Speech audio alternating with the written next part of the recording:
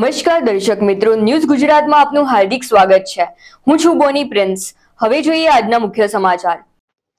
અરવલ્લી જિલ્લાના મેઘરજ તાલુકાના ધૂળકોટા રામદેવ આશ્રમ ખાતે ગુરુ પૂર્ણિમાના પાવન અવસરે ભવ્ય અને ભાવભીની ઉજવણી કરવામાં આવી હતી। મંદિરના મહંત પૂજ્ય નરસિંહ મહારાજના સાનિધ્યમાં ગુરુ પૂજન વિધિ યોજાઈ હતી, જેમાં મોટી સંખ્યામાં શિષ્યો અને હરિભક્તોએ ભાગ લીધો હતો। ગુરુ પૂર્ણિમા નિમિત્તે શિષ્યોએ પૂજ્ય નરસિંહ મહારાજને ફૂલહાર, ચાદર અને ગુરુ દક્ષિણા અર્પણ કરી આશીર્વાદ મેળવ્યા હતા।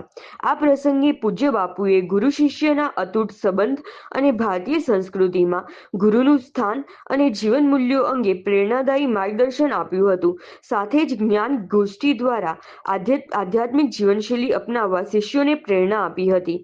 કાર્યક્રમમાં મહિયાપુર મંદિરના મહંત પૂજ્ય રમણદાસ મહારાજ વિશેષ ઉપસ્થિત રહ્યા હતા। આશ્રમ ખાતે આવેલા સાધુ સંતોનું પણ પૂજ્ય નરસિંહ મહારાજ દ્વારા ફૂલહાર અને ચાદર અર્પણ કરી સન્માન કરવામાં આવ્યું હતું।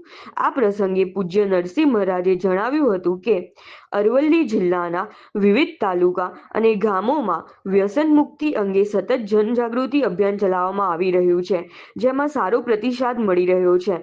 સમાજને વ્યસન મુક્ત બનાવવા માટે આ સેવા કાર્ય ભવિષ્યમાં પણ અવિરત ચાલુ રહેશે તેવી તેમણે પ્રતિબદ્ધતા વ્યક્ત કરી હતી। ગુરુ પૂર્ણિમાના પાવન પર્વે આશ્રમ ખાતે મોટી સંખ્યામાં ભાઈઓ, બહેનો અને હરિભક્તો ઉમટ્યા હતા। તમામ ભક્તોએ સત્સંગનો લાભ લીધો હતો તેમજ આયોજિત ભોજન ભંડારામાં પ્રસાદ ગ્રહણ કરી ધન્યતા અનુભવી હતી। રિપોર્ટર રાજેન્દ્ર મકવાણા, મેઘરજ। દેશના સનાતન ધર્મપ્રેમી સાધુ સંતો, માતાઓ, બાળકો, ભૂલકાઓને ગુરુ પૂર્ણિમા મહોત્સવની હાર્દિક શુભકામનાઓ। તમામ સનાતની સાધુઓને બાબા રામદેવજી આશ્રમ ધૂળકોટા મેઘરજ અરવલ્લી વતી નમસ્કાર। બાબા રામદેવજી આશ્રમ છેલ્લા 5 વર્ષથી અહીંયા દર ગુરુ પૂર્ણિમાએ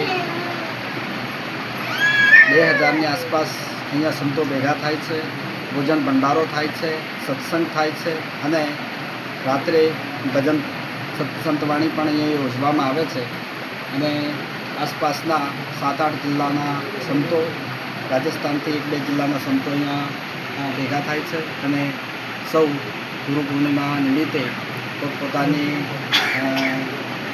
મહોત્સવમાં યથાશક્તિ પ્રમાણે પોતે સમય ફાળવે છે અને આ મહોત્સવને આનંદથી ઉજવે છે। દેશના તમામ ધર્મપ્રેમી સંત મહાપુરુષો જે રીતે ગુરુ પૂર્ણિમા મહોત્સવ ઉજવે છે એ જ રીતે આપણા ગામમાં ધૂળકોટા ગામમાં પણ ગામના સંતો, આસપાસના દરેક સંતો ભેગા મળી અને સત્સંગનો અને ધર્મપ્રેમીઓ બધા ભેગા મળીને સત્સંગનો લાભ લે છે। ખૂબ ખૂબ ધન્યવાદ।